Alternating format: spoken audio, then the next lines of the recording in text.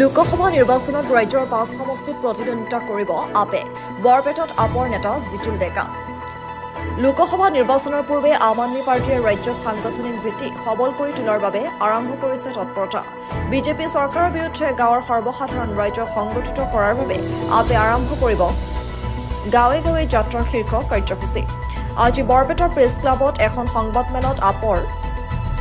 ৰাজ্যিক উপসভাপতি জিতুল ডেকাই দলৰ এই কাৰ্যসূচীৰ কথা ঘোষণা কৰে ইপিনে আগন্তুক লোকসভা নিৰ্বাচনত ৰাজ্যৰ ৫ সমষ্টিত প্ৰতিদ্বন্দ্বিতা আগবঢ়াব বুলিও দাবী আম আদমি পাৰ্টীৰ নেতাগৰাকীৰ বিশেষকৈ আপে বৰপেটা ধুবুৰী গুৱাহাটী তেজপুৰ আৰু ডিব্ৰুগড়কে ধৰি ৫ সমষ্টিত আগবঢ়াব প্ৰতিদ্বন্দ্বিতা ইতিমধ্যে ৫ সমষ্টিৰ বাবে দিল্লীলৈ প্ৰাৰ্থী তালিকাও প্ৰেৰণ কৰিছে ৰাজ্যৰ আম আদমি পাৰ্টীয়ে সেইমতে ডিব্ৰুগড়ত মনোজ ধানোৱাৰ বৰপেটাত অৰূপ কুমাৰ বায়ন আৰু ধুবুৰী সমষ্টিত জছিম খানে সমষ্টিকেইটাত শক্তিশালীভাৱে সাংগঠনিক ভেটি গঢ়ি তোলাৰো দাবী কৰিছে দলটোৱে দলটোৰ সাংগঠনিক সম্পাদক ব্ৰজন সন্দিকৈ আৰু বৰপেটা জিলা সমিতিৰ সভাপতি হাদিউল ইছলামৰ উপস্থিতিত আপ নেতা জিতুল ডেকাই লোকসভা নিৰ্বাচনৰ সমান্তৰালভাৱে পঞ্চায়ত নিৰ্বাচনতো প্ৰতিদ্বন্দ্বিতা আগবঢ়োৱাৰ কথা প্ৰকাশ কৰে ইপিনে আজি কেন্দ্ৰীয় সমিতিৰ নেতৃত্বৰ উপস্থিতিত আম আদমি পাৰ্টীৰ বৰপেটা জিলা সমিতিৰ এখন কাৰ্যনিৰ্বাহক সভাও অনুষ্ঠিত হয় আমাৰ সভায় কিছুমান সিদ্ধান্ত ললো যে সিদ্ধান্তটো এনেকুৱা ধৰণৰ যে যেহেতুকে আগন্তুক লোকসভা নিৰ্বাচন আছে লোকসভা নিৰ্বাচনটো বিৰোধী ঐক্যৰ যে আমাৰ ইণ্ডিয়া এলায়েন্স আছে ইণ্ডিয়া এলায়েন্সৰ নেতৃত্বতে যেহেতুকে হ'ব গতিকে আমি নিৰ্বাচন ক'ত খেলিম বা কেনেদৰে হ'ব তেনেধৰণৰ বিভিন্ন আমাৰ কথা জিলাৰ আমাৰ বিষয়ববীয়াসকলৰ মাজত বা সদস্যসকলৰ মাজত এইটো প্ৰশ্ন অৱতাৰণা হয় সেই সন্দৰ্ভতো আলোচনা হ'ল যে আমি ৫খন আসনত খেলিব পৰাকৈ বা আমি তাত খেলিম বুলি অৱগত কৰিছোঁ কিন্তু আমাৰ আগন্তুক যে পঞ্চায়ত নিৰ্বাচন এই পঞ্চায়ত নিৰ্বাচনৰ কাৰণেও দলটোক শক্তিশালী কৰাৰ কাৰণে আমি পঞ্চায়তে গাঁও যাত্ৰা কাৰ্যসূচী যিটো ইতিমধ্যে আমাৰ সমগ্ৰ অসমতে আৰম্ভ হৈছে জিলা সমিতিসমূহে কৰিছে কিন্তু বৰপেটা জিলা সমিতিখন নতুনকৈ গঠন কৰিব লগা হোৱাৰ কাৰণে মানে নৱীকৰণ কৰাৰ কাৰণে আমাৰ এই কাৰ্যসূচীটো বৰপেটা জিলাত হোৱা নাছিলে গতিকে আজিৰ সভাই সিদ্ধান্ত লৈছে যে আমি গাঁও যাত্ৰা কাৰ্যসূচী আৰম্ভ কৰিম অহা পৰহিৰ পৰা আমাৰ গাঁও যাত্ৰা কাৰ্যসূচী আৰম্ভ হ'ব আৰু আমি গুৱাহাটী ডিব্ৰুগড় তেজপুৰ বৰপেটা ধুবুৰী নহয় ছাৰ আমি এইটো দলীয় সিদ্ধান্ত দলে আমাৰ এতিয়া বৰপেটা জিলা সমিতিৰ পৰা দলক জনাইছে যে আমি বৰপেটা লোকসভাটোত খেলিব বিচাৰোঁ সেই অনুসৰি সাংগঠনিক যিখিনি আমাৰ ইয়াৰ মানে নিৰ্বাচন এটা খেলিব লাগিলে সাংগঠনিক যিখিনি আমাৰ দৰকাৰ হয় ইয়াৰ বুথৰ পৰা পঞ্চায়তৰ পৰা সেই আটাইখিনি ৰেকৰ্ড আমি জিলা সমিতিক দিব কৈছোঁ কাৰণ দিয়াৰ পিছত আমি সিদ্ধান্ত ল'ম আমি কৈছোঁ যে ৫খন জিলা সমিতিৰ ৫টা সমষ্টিত আমাৰ খেলিবৰ কাৰণে মানে আমাৰ সাংগঠনিক দিশটো ভাল এই ক্ষেত্ৰত আমি খেলিব পাৰোঁ বুলি আমাৰ দলীয় সিদ্ধান্ত কিন্তু এইটো আমাৰ এনেকুৱা নহয় যে ৫টাত আমি খেলিমেই গতিকে যিহেতুকে বিৰোধী ঐক্যৰ কথা আছে কিন্তু আমাৰ ডিব্ৰুগড়তো সেই অনুসৰি আমাৰ কাম চলি আছে ডিব্ৰুগড় তেজপুৰ গুৱাহাটী গতিকে এইখিনিৰ ভিতৰত বুজাবুজিৰ মাধ্যমে য'ত হ'ব আমি তাত আগবাঢ়িবৰ কাৰণে আমি চেষ্টা কৰিম প্ৰাৰ্থিত্ব বিচাৰি আমাক দলৰ আবেদন জনাইছে যিহেতুকে সেই আবেদনবিলাক নিৰীক্ষণ কৰা হ'ব আৰু যিহেতুকে আমাৰ এটা ৰাষ্ট্ৰীয় দল টিকট কোনে পাব প্ৰাৰ্থিত্ব কোনে পাব এইটো আমি ৰাজ্যিক সমিতিয়ে ঠিক কৰিব নোৱাৰোঁ আমি সেই আবেদনসমূহ গ্ৰহণ কৰিছোঁ আৰু আবেদনসমূহ দিল্লীলৈ সাংগঠনিক টীমলৈ পঠোৱা হ'ব তেওঁলোকে বিভিন্ন সমষ্টিৰ পৰা প্ৰাৰ্থীৰ নাম আহিছে কিন্তু আমি ৰাজহুৱা তালিকা কৰা নাই কিন্তু ডিব্ৰুগড়ত আমাৰ প্ৰাৰ্থী ধৰক এক প্ৰকাৰ মনোজ ধানোৱাৰ ডাঙৰীয়াই তেওঁ খুব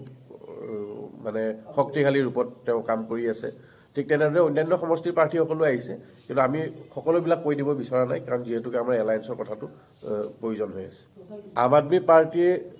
ইণ্ডিয়া এলায়েন্সৰ আগতে অসমত যিহেতুকে বিৰোধী ঐক্য মঞ্চ বুলি গঠন হৈ উঠিছিলে তাৰ আগতে ইণ্ডিয়া এলায়েন্সটো তাৰ পিছতে হ'ল আৰু ইণ্ডিয়া এলায়েন্স হোৱাৰ পিছত আমি সেই এলায়েন্সটো জড়িত হোৱাৰ পিছত সাংগঠনিকভাৱে আমি এতিয়া আম আদমি পাৰ্টীয়ে নিজাকৈ আমি খেলিব নোৱাৰোঁ গতিকে আমি তাত এলায়েন্সৰ কথাত আহিবই লাগিব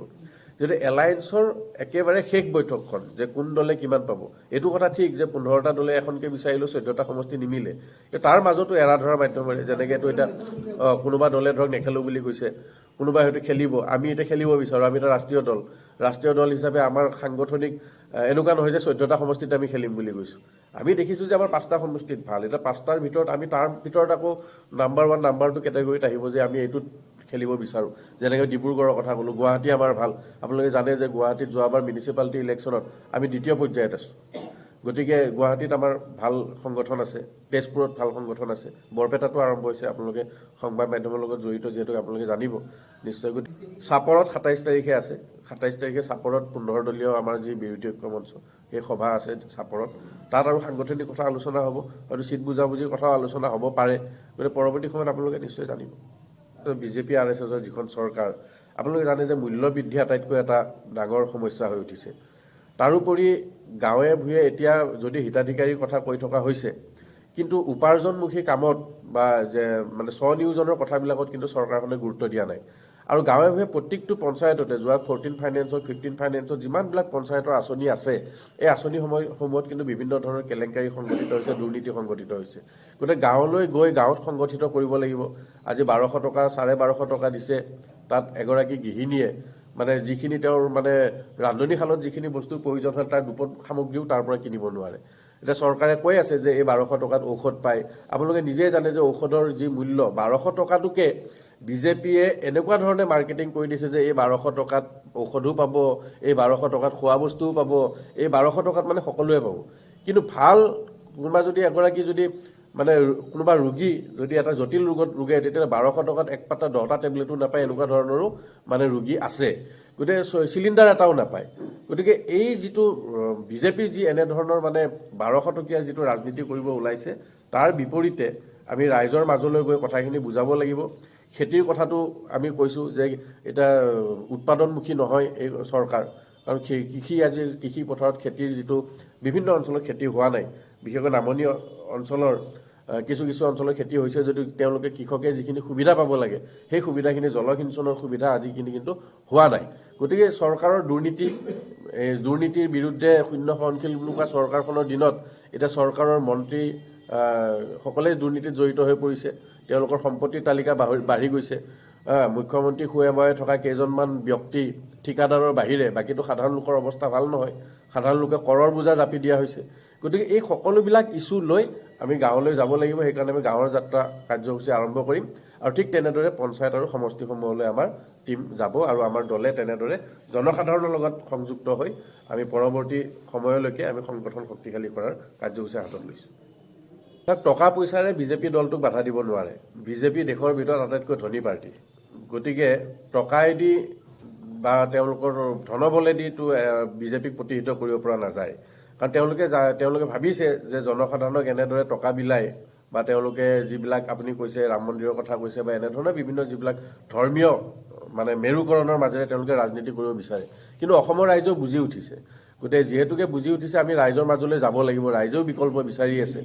ৰাইজে যিটো বিজেপিৰ যিটো পৰিৱৰ্তন বুলি তেওঁলোকে যিটো মানুহক ঠগিলে, গতিকে পৰিৱৰ্তনৰ পৰা এটা পৰিত্ৰাণ পাব বিচাৰিছে। এই পৰিত্ৰাণৰ কাৰণে মানুহৰ ওচৰলৈ আমি যাব লাগিব আৰু মানুহে বিকল্প বিচাৰিছে। প্ৰত্যেকে বাট চাই আছে, কাৰণ এনেদৰে দেখিছে যে সম্পত্তি কাৰ বাঢ়ি গৈছে, এই কথাবিলাক ৰাইজে দেখিছে। সাধাৰণ বৰপেটাৰ পৰা ৰাজু কুমাৰ দাসৰ ৰিপৰ্ট, অমৃত নিউজ। অমৃত প্ৰবাহ অসমীয়া সাপ্তাহিক কাকতৰ ডিজিটেল সংস্কৰণ অমৃত নিউজ, সত্যৰ সন্ধানত অমৃত নিউজ।